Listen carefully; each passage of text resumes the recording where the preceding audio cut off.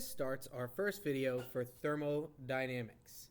In this unit, we're going to talk about all things dealing with temperature, kinetic theory of heat, and then we're going to go over all the laws of thermodynamics in some of the later videos. Alright, to start off, with most things, we would start off with the first law. But here we're going to start off with the zeroth law of thermodynamics, which basically says, if two thermodynamic systems are each in thermal equilibrium with a third, then all three are in thermal equilibrium with each other. Well, duh. That makes total sense to everyone, but apparently the physicist who came up with this idea felt the need to qualify it as the zeroth law, which makes sense. You have to cover all your bases.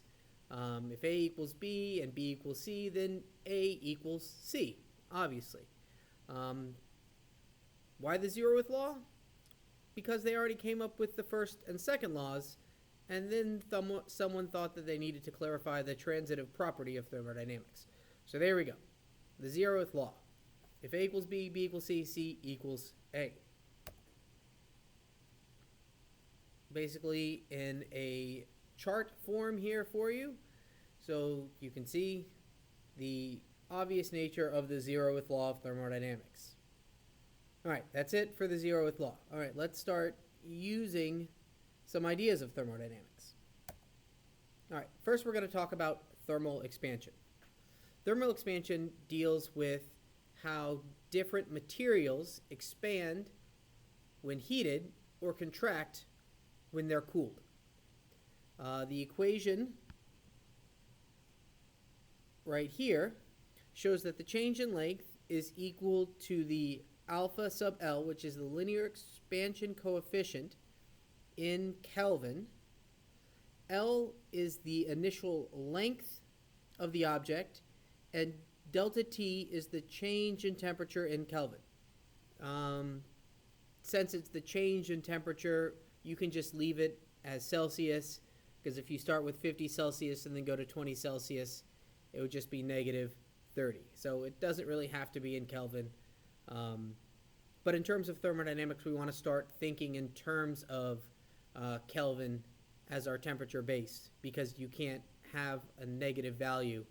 So we have to go all the way down to absolute zero. All right, let's try an example using our equation for thermal expansion. A steel suspension bridge is 200 meters long, and it starts out at 20 degrees Celsius. How much will it contract when the temperature is now negative 30? All right, the alpha for steel is 12 times 10 to the negative 6. All right, so we're going to start by setting up our equation. So we say the change in length is equal to alpha sub L times my initial length times my change in temperature. Now I'm going to plug in my values.